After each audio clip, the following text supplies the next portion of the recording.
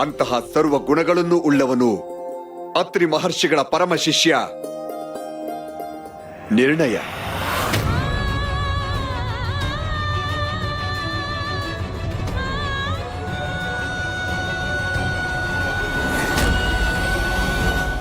ಹಾಗೆಯೇ ಇಂದಿನ ದಿನದಿಂದ 3ನೇ ದಿನದ ಶುಭ ಮುಹೂರ್ತದಲ್ಲಿ ನಿನ್ನ ಮತ್ತು ನಿರ್ಣಯನ ವಿವಾಹವನ್ನು ನಾವು ಒಮ್ಮನಸ್ಸಿನಿಂದ ಸಂತೋಷದಿಂದ ನಿಶ್ಚಯಿಸಿದ್ದೇವೆ.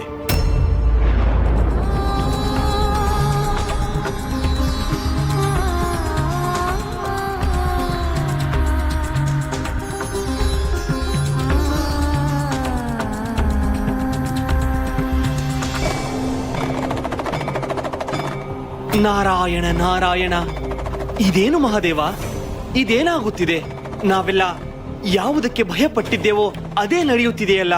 ಭೃಗು ಮಹರ್ಷಿಗಳು ನಮ್ಮ ಯೋಚನೆಗೂ ಮೀರಿದ ತೀರ್ಮಾನವನ್ನು ತೆಗೆದುಕೊಂಡಿದ್ದಾರೆ. ಮಾತೆ ಲಕ್ಷ್ಮಿಯ ವಿವಾಹ ಒಬ್ಬ ಸಾಮಾನ್ಯ ಮಾನವನೊಂದಿಗೆ. ಇದೆಂತಹ ವಿಪರ್ಯಾಸ, ಅಸಂಬದ್ಧ, ಅತಿರೇಕದ ತೀರ್ಮಾನ. ಏನಾದರೂ ಮಾಡಿ ಮಹಾದೇವ.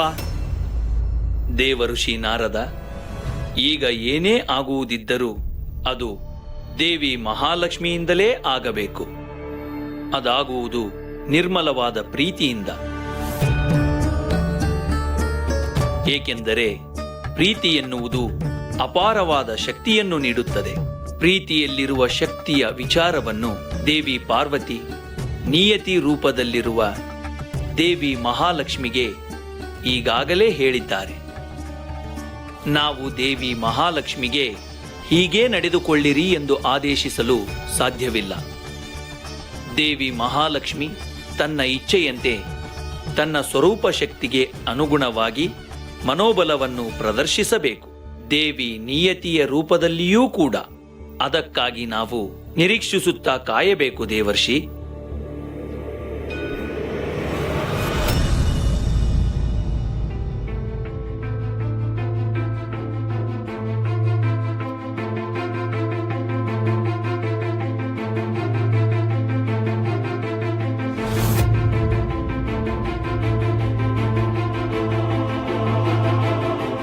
ಅಪ್ಪಾಜಿ, ನೀವು ಹೀಗೆ ಮಾಡಲು ಹೇಗೆ ಸಾಧ್ಯ?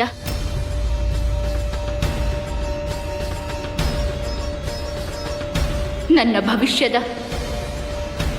ಬಹುಮುಖ್ಯ ನಿರ್ಣಯವನ್ನು ನೀವೇ ಹೇಗೆ ನಿರ್ಧರಿಸುವಿರಿ? ನಿಯತಿ,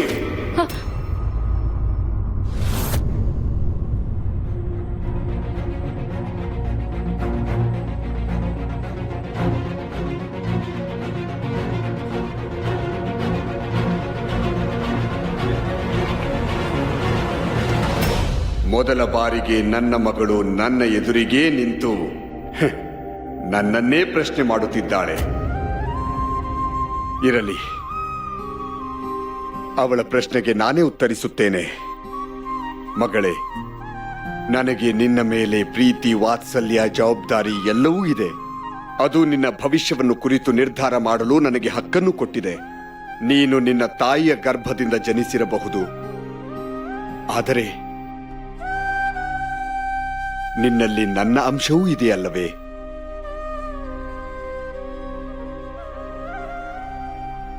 ನಿನ್ನ ಬಗ್ಗೆ ನಿರ್ಧಾರವನ್ನು ತೆಗೆದುಕೊಳ್ಳಲು ಅದು ನನಗೆ ಹಕ್ಕನ್ನು ಕೊಟ್ಟಿದೆ. ಅಪ್ಪಾಜಿ, ನೀವು ಹೇಳುತ್ತಿರುವುದು ನಾನು ಬಲ್ಲೆ. ನೀವು ನನಗೆ ಅನೇಕ ರೀತಿಯಲ್ಲಿ ಒಳಿತನ್ನೇ ಮಾಡುತ್ತಾ ಬಂದಿರುವಿರಿ. ನನಗೆ ಯಾವುದು ಒಳಿತು ಎಂದು ನಿಮಗೆ ಚೆನ್ನಾಗಿ ತಿಳಿದಿದೆ. ಆದರೆ ಇದರಿಂದ ನನ್ನ ಭವಿಷ್ಯದ ನಿರ್ಣಯವನ್ನು ನಾನು ಮಾಡಬಾರದೆಂದೇನೂ ಇಲ್ಲವಲ್ಲ. ಕನ್ಯೆಯಾದವಳಿಗೆ ಅವಳು ಯಾರೊಂದಿಗೆ ವಿವಾಹವಾಗಬೇಕು, ಆಗಬಾರದು ಎಂಬುದನ್ನು ನಿರ್ಧರಿಸುವ ಹಕ್ಕು ಅವಳಿಗಿರಬೇಕು. ಅವಿವೇಕಿಯಂತೆ ಮಾತನಾಡಬೇಡ ನಿಯತಿ.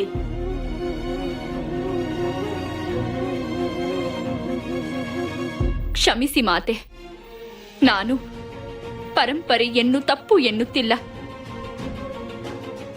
ಮಗಳಿಗೆ ತಂದೆ ತಾಯಿ ವರನನ್ನು ನೋಡಬಹುದು.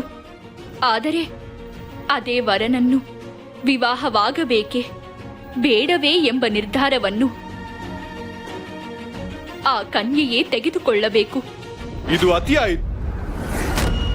ನಮ್ಮ ತಂದೆ ಭೃಗು ಮಹರ್ಷಿಗಳ ನಿರ್ಧಾರವನ್ನೇ ಪ್ರಶ್ನಿಸುತ್ತೀಯ. ತಂದೆಯ ಪ್ರೀತಿಯ ಮಮತೆಯನ್ನು ಅನುಮಾನಿಸಿ ಧಿಕ್ಕರಿಸುತ್ತೀಯ. ಕ್ಷಮಿಸು ಅಣ್ಣ, ನೀವು ಮಹಾಜ್ಞಾನಿ. ಆದರೆ ಒಂದು ಸರಳವಾದ ವಿಚಾರವನ್ನು ನೀವು ನಿರ್ಲಕ್ಷಿಸುತ್ತಿದ್ದೀರಿ. ತಂದೆ ತಾಯಿ ಮಗುವನ್ನು ಸಾಕಿ ಬೆಳೆಸಿ ಸಲಹಬಹುದು.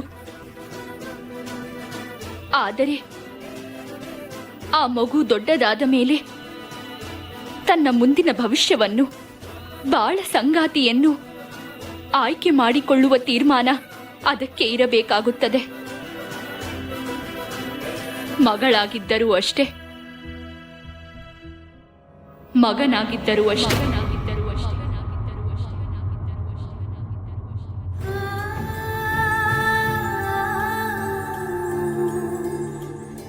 ಅಪ್ಪಾಜಿ, ನಾನು ಹೇಳುತ್ತಿರುವುದರಲ್ಲಿ ತಪ್ಪೇನಿದೆ? ನನ್ನ ವಿವಾಹವನ್ನು ನಿಶ್ಚಯಿಸುವ ಮುನ್ನ ನೀವು ನನ್ನನ್ನು ಕೇಳಬೇಕಲ್ಲವೇ?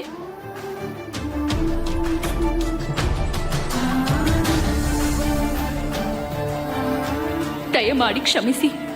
ನಾನು ನಿರ್ಣಯನನ್ನು ವಿವಾಹವಾಗಬೇಕೆಂಬ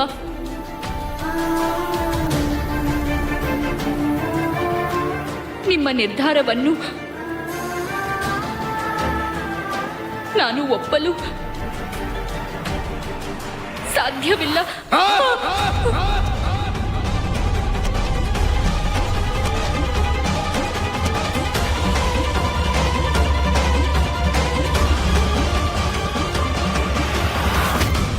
ಮಗಳೇ, ನನ್ನ ತಾಳ್ಮೆಯನ್ನು ಪರೀಕ್ಷೆ ಮಾಡಬೇಡ. ನಿರ್ಣಯ ಸುಗುಣವಂತ. ಅವನು ಆಶ್ರಮದಲ್ಲಿ ಇರುವವರೆಗೂ ನಾನು ಅವನನ್ನು ಜ್ಯೋತಿಷ್ಯ ಶಾಸ್ತ್ರದಲ್ಲಿ ಮಹಾಪಂಡಿತನನ್ನಾಗಿ ಮಾಡುತ್ತೇನೆ.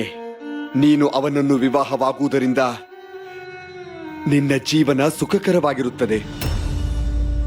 ನಿರ್ಣಯ ದೊಡ್ಡ ವಿದ್ವಾಂಸ ಆಗಬಹುದು.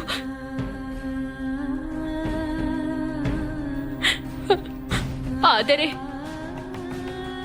ನಾನು ಅತ್ಯಂತ ವೀರನು, ಧೀರನು,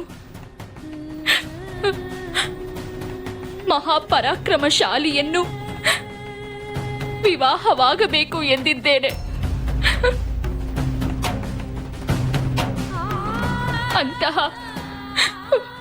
ಅಂತಹ ಪುರುಷೋತ್ತಮನಿಗೆ ನಾನೀಗಾಗಲೇ ಮನಸ್ಸು ಕೊಟ್ಟಿದ್ದೇನೆ.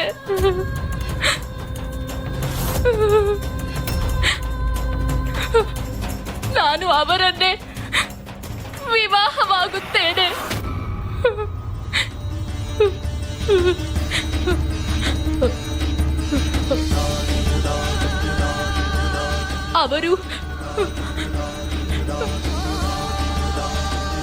ಅವರು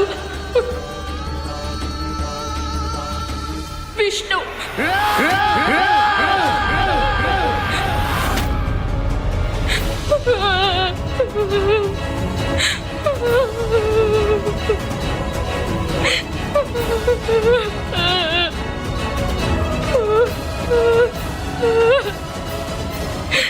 ಸಾಕು ಮಾಡು ಈ ನಿನ್ನ ಅಸಂಬದ್ಧ ಪ್ರಲಾಪವನ್ನು.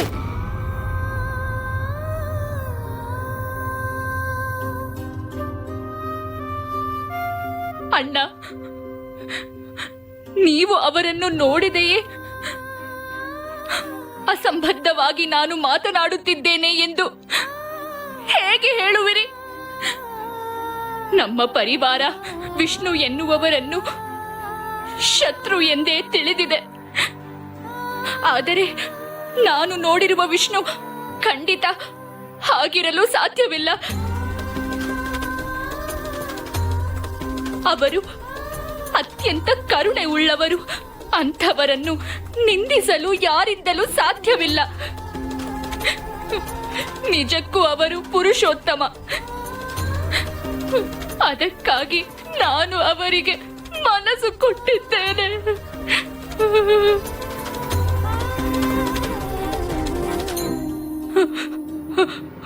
ಅವರನ್ನು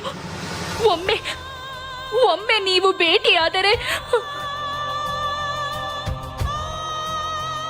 ನನ್ನ ಮಾತನ್ನು ನೀವೆಲ್ಲ ಖಂಡಿತ ಒಪ್ಪುವಿರಿ. ಅಪ್ಪಾಜಿ, ಅಪ್ಪಾಜಿ, ದಯಮಾಡಿ ದಯಮಾಡಿ ಅವರೊಂದಿಗೆ ವಿವಾಹ ಮಾಡಿಕೊಡಿ.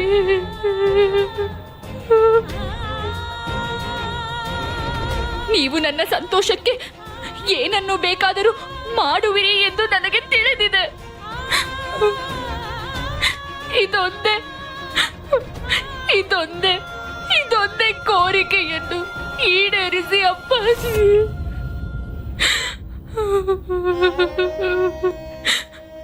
ಇದೊಂದೇ ಕೋರಿಕೆಯನ್ನು ಈಡೇರಿಸಿ ಅಪ್ಪಾಜಿ.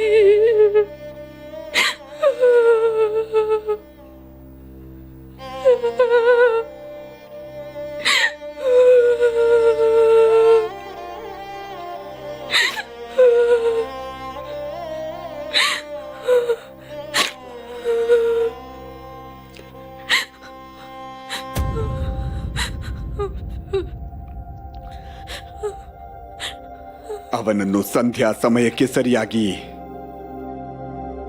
ನಮ್ಮ ಆಶ್ರಮಕ್ಕೆ ಬರಲು ಹೇಳು.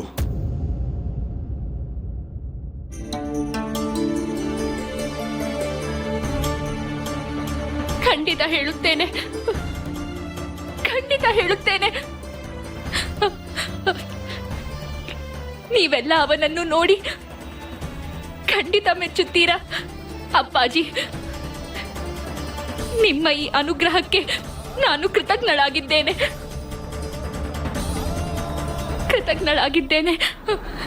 ಆದರೆ ಒಂದು ನಿಬಂಧನೆ. ಅವನು ನಿನ್ನನ್ನು ವರಿಸಲು ಯೋಗ್ಯನೋ ಅಲ್ಲವೋ ಎಂದು ನಾನು ಒಂದು ಪರೀಕ್ಷೆಯನ್ನು ಮಾಡುತ್ತೇನೆ. ಆ ಪರೀಕ್ಷೆಯಲ್ಲಿ ಅವನೇನಾದರೂ ಗೆದ್ದರೆ ನಿನ್ನನ್ನು ಸಂತೋಷದಿಂದ ಅವನೊಂದಿಗೆ ವಿವಾಹವನ್ನು ಮಾಡುತ್ತೇನೆ. ಆದರೆ ಒಂದು ಮಾತು ತಿಳಿದಿರಲಿ, ನಾನು ಆ ವಿಷ್ಣುವನ್ನು ಬಲ್ಲೆ.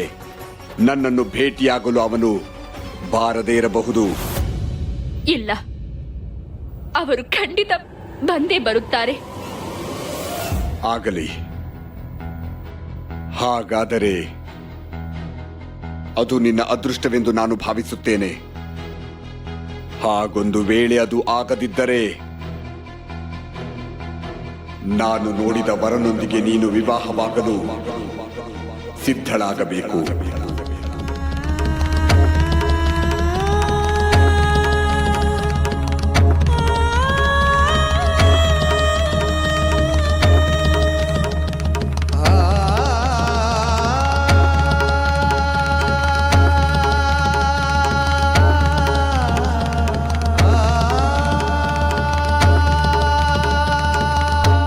ತಂದೆಯವರೇ, ನೀವು ನಮ್ಮ ಶತ್ರುವನ್ನು ಪರೀಕ್ಷಿಸಿ ಸಹೋದರಿಯನ್ನು ಕೊಡುವ ನಿರ್ಧಾರವನ್ನು ಮಾಡಬಾರದಿತ್ತು. ಅವನನ್ನು ಬೇರೆ ವಿಷ್ಣು ಅಂದುಕೊಂಡಿರಾ?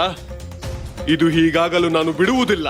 ಅವನು ಪರೀಕ್ಷೆಯಲ್ಲಿ ಗೆದ್ದರೂ ನನ್ನ ಸಹೋದರಿಯನ್ನು ಅವನು ವಿವಾಹವಾಗಲು ನಾನು ಬಿಡುವುದಿಲ್ಲ.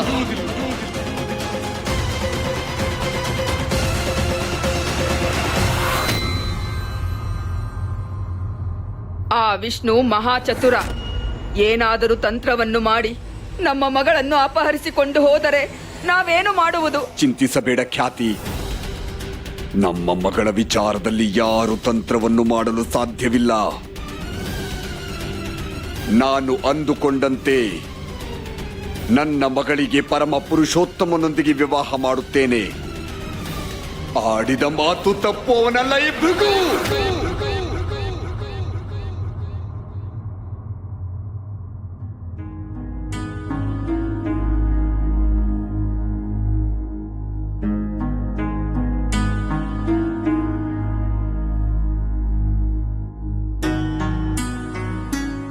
ಮಹಾವಿಷ್ಣುವಿನ ಲೀಲೆ ಎಂದರೆ ಇದೇ ಅಲ್ಲವೇ?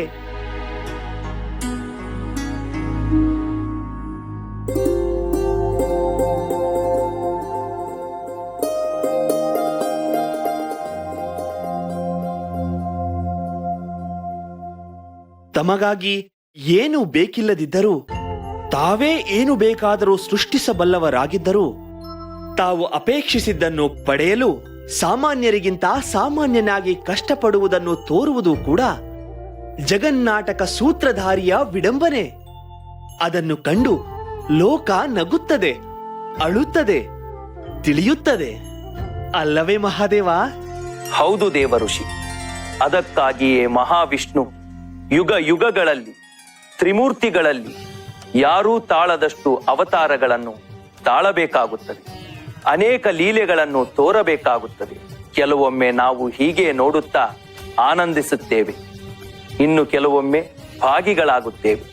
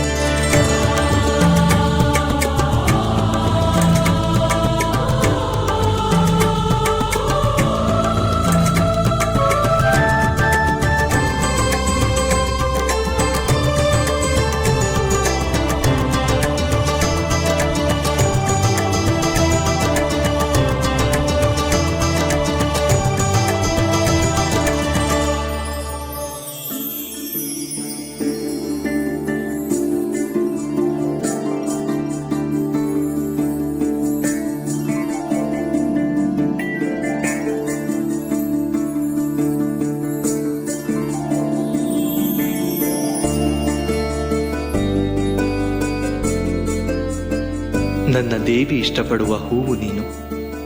ನಿನ್ನನ್ನು ನಾನು ಆಕೆಗೆ ಅರ್ಪಿಸಿದರೆ ಆಕೆಗೆ ಅತ್ಯಂತ ಆನಂದವಾಗುತ್ತದೆ. ಪ್ರಿಯಕರ ಪ್ರೇಯಸಿಗೆ ತನ್ನ ಪ್ರೀತಿಯನ್ನು ವ್ಯಕ್ತಪಡಿಸುವಾಗ ಹೂವನ್ನು ಪ್ರೇಯಸಿಯ ಕೈಗೆ ನೀಡುತ್ತಾನೆ, ಮುಡಿಗೆ ಮುಡಿಸುತ್ತಾನೆ, ಮಾಲೆ ಕಟ್ಟಿ ಕೊರಳಿಗೆ ಹಾಕುತ್ತಾನೆ. ಆದರೆ ಪ್ರೇಯಸಿ ಪ್ರಿಯಕರನನ್ನು ಪ್ರೀತಿಯ ಜೊತೆಗೆ ಆರಾಧನಾ ಭಾವದಿಂದ ಕಂಡು ಆತನ ಪಾದಕ್ಕೆ ಹೂವನ್ನು ಅರ್ಪಿಸುವುದುಂಟು. ಪ್ರೀತಿಯಲ್ಲಿ ಹೆಣ್ಣು ಸಾಮಾನ್ಯವಾಗಿ ತೋರುವ ಇಂತಹ ಆರಾಧನೆ ಕಂಡು ತೋರಿದರೆ ಹೆಣ್ಣು ಹೇಗೆ ಆನಂದಿಸಬಹುದು? ಅದನ್ನೀಗ ಏಕೆ ನೋಡಬಾರದು?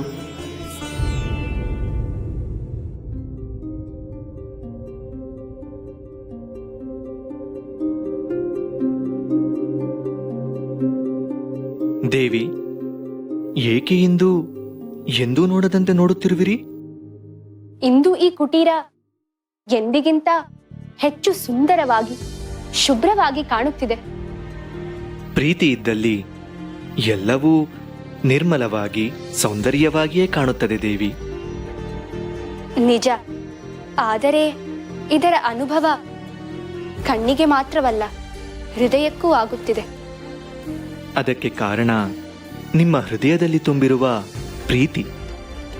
ಆ ಪ್ರೀತಿಗೆ ಕಾಣಿಕೆಯಾಗಿ ನಿಮ್ಮನ್ನು ಇಲ್ಲಿಯವರೆಗೂ ಕರೆತಂದಿರುವ ನಿಮ್ಮ ಪಾದ ಕಮಲಗಳಿಗೆ ಈ ಕಮಲವನ್ನು ಅರ್ಪಿಸುತ್ತೇನೆ.